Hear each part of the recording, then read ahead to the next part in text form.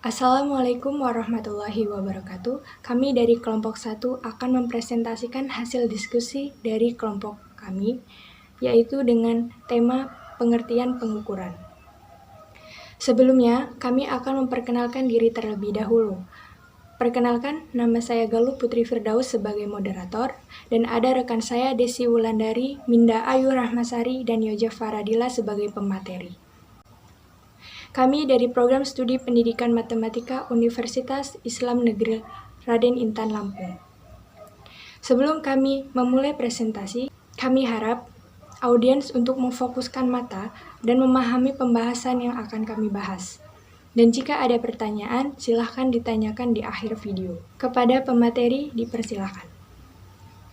Di sini saya akan menjelaskan tentang pengertian pengukuran. Sini kami sudah mengumpulkan 8 ahli yang mengungkapkan tentang pengertian pengukuran. Yang pertama ada Raka Joni, bisa dilihat di PPT masing-masing. Pengukuran adalah suatu proses di mana kita mengenakan angka-angka pada barang atau gejala-gejala tertentu berdasarkan aturan-aturan tertentu.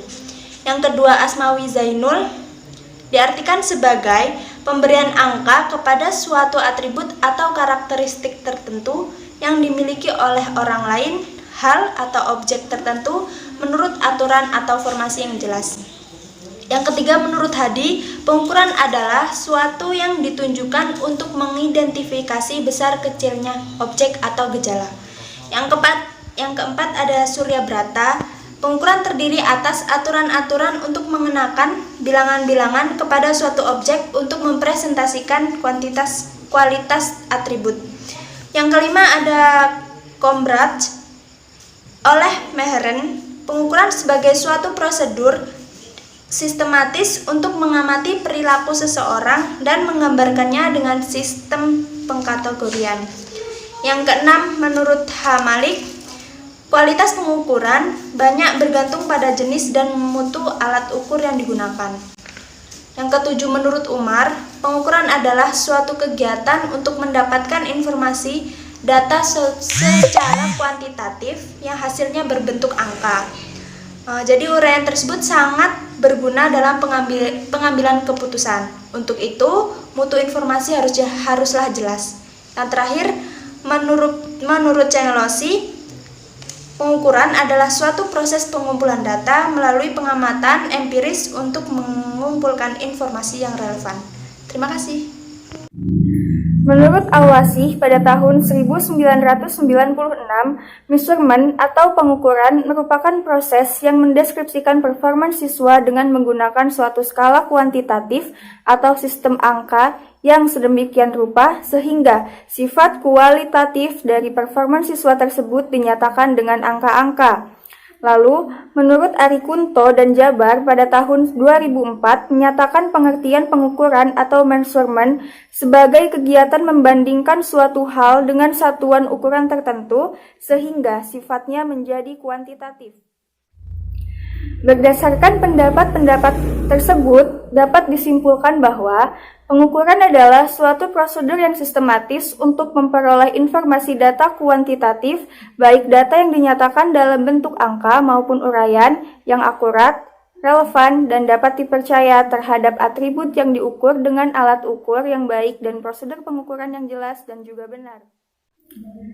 Dari definisi pengukuran yang telah dikemukakan, terdapat dua karakteristik pengukuran yang utama, yaitu penggunaan angka atau skala tertentu dan menurut suatu aturan atau formula tertentu.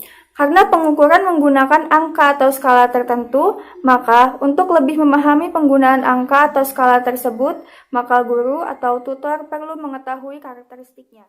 Baiklah, saya akan melanjutkan menyampaikan materi. Skala atau angka itu dapat diklasifikasikan dalam 4 kategori. Yang pertama, ada angka nominal, angka ordinal, skala atau angka interval, dan skala atau angka rasio. Measurement dapat dilakukan dengan cara tes atau non-tes. Amalia pada tahun 2003 mengungkapkan bahwa tes terdiri atas tes tertulis, atau disebut juga pair and pencil test, dan tes lisan.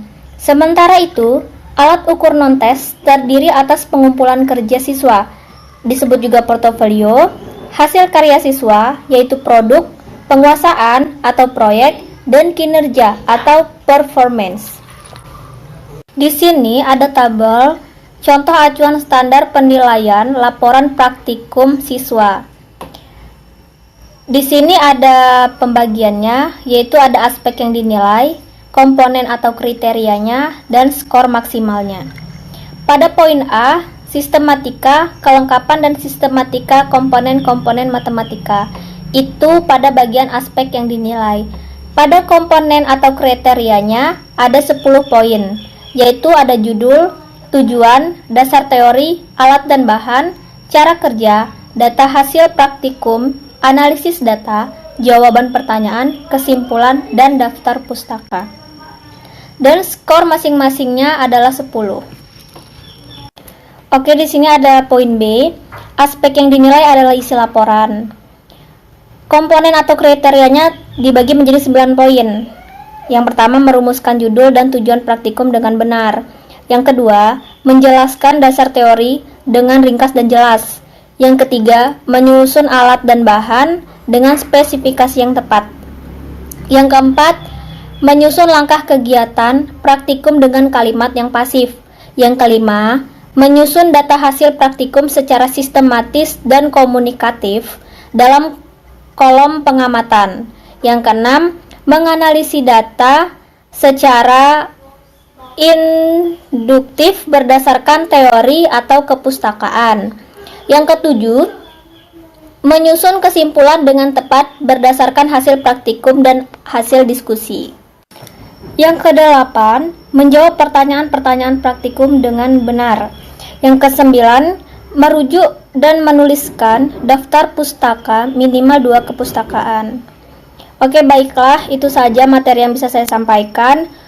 Untuk yang selanjutnya, saya kembalikan kepada Galuh. Terima kasih. Demikianlah presentasi dari kami. Jadi, kesimpulan dari materi yang telah dipresentasikan adalah pengukuran adalah proses pemberian angka atau usaha yang memperoleh deskripsi numerik dari suatu tingkatan di mana seorang peserta didik telah mencapai karakteristik tertentu. Dan peran penting dalam pembelajaran yaitu dalam peningkatan kualitas pembelajaran.